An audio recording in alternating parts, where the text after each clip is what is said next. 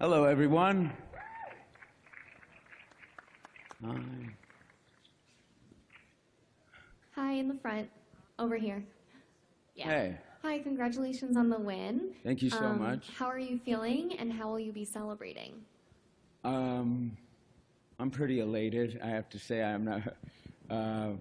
As soon as I went backstage, I think the emotion just poured out of me.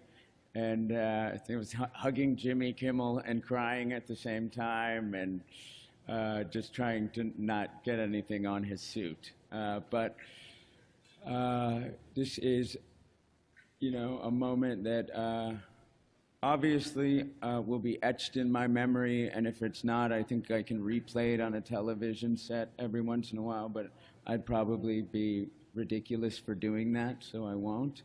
But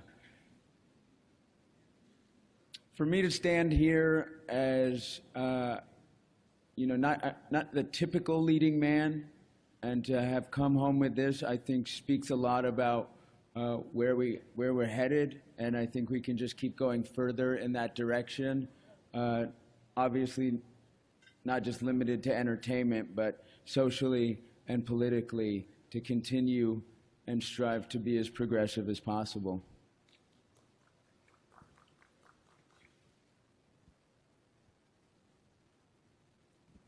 Yes. Rami, does it feel real to you now?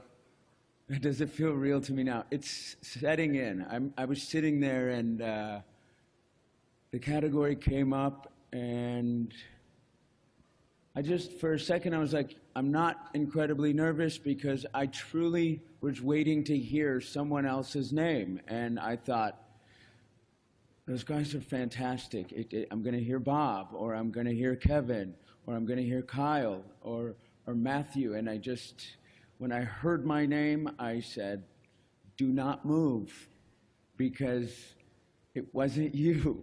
And then faces started to turn towards me. I think I must have, looked like I was in shock. And so I am remembering it. But yeah, it's a moment that I don't think, I believe it, yes, and I won't forget. That's great. Congratulations. Over here to your left. Hi. Hi. Congratulations on your win. Thank you so much. I have to ask you, do you feel you have anything in common with your character apart from your looks, of course? That's funny.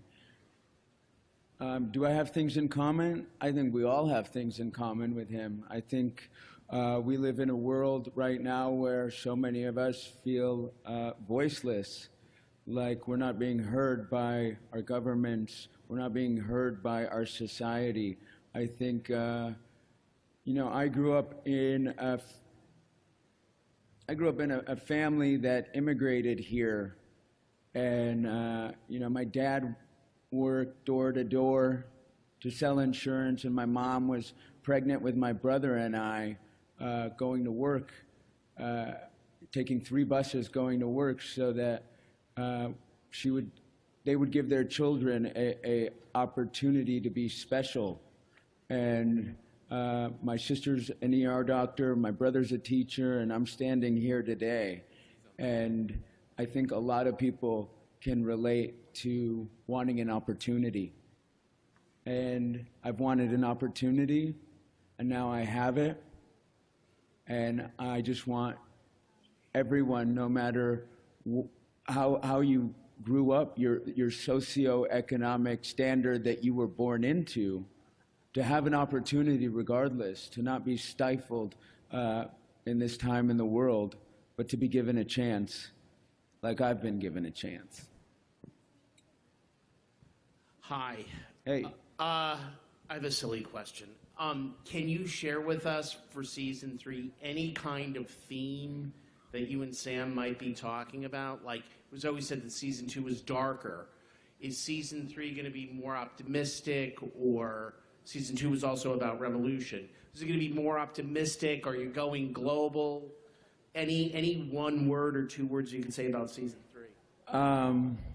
Absolutely not. I mean, come on. He'd kill me. I have shot a scene from season 3. Bad news? Rami, congratulations. Thank you, Cynthia. Thank you.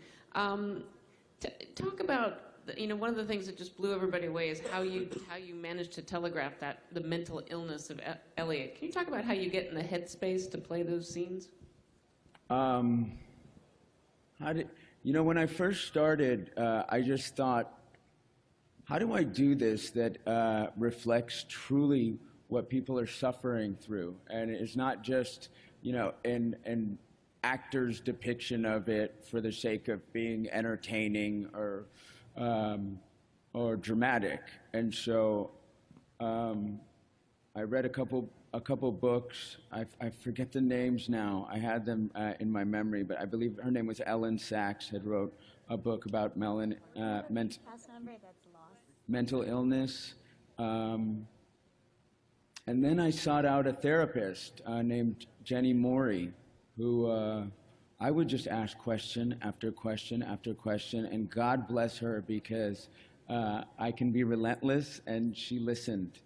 And she was one that said, people have a really hard time getting it right in television and film, and so ultimately, I didn't want my performance to suffer, but moreover, I didn't want anybody to feel like I was doing them a disservice or an injustice with a performance that wasn't accurate. So I just dig in every night and try to put myself in a headspace of what someone like that is suffering with and attempt to get as close as possible. Thank you. Thank you all very, very much. Seriously, for all your writing on the show this whole year, since day one, you guys, I don't really think we would be standing here or have these opportunities at every award show if you guys didn't take the time and patience to write so thoughtfully about something that we all think is very progressive. Thank you.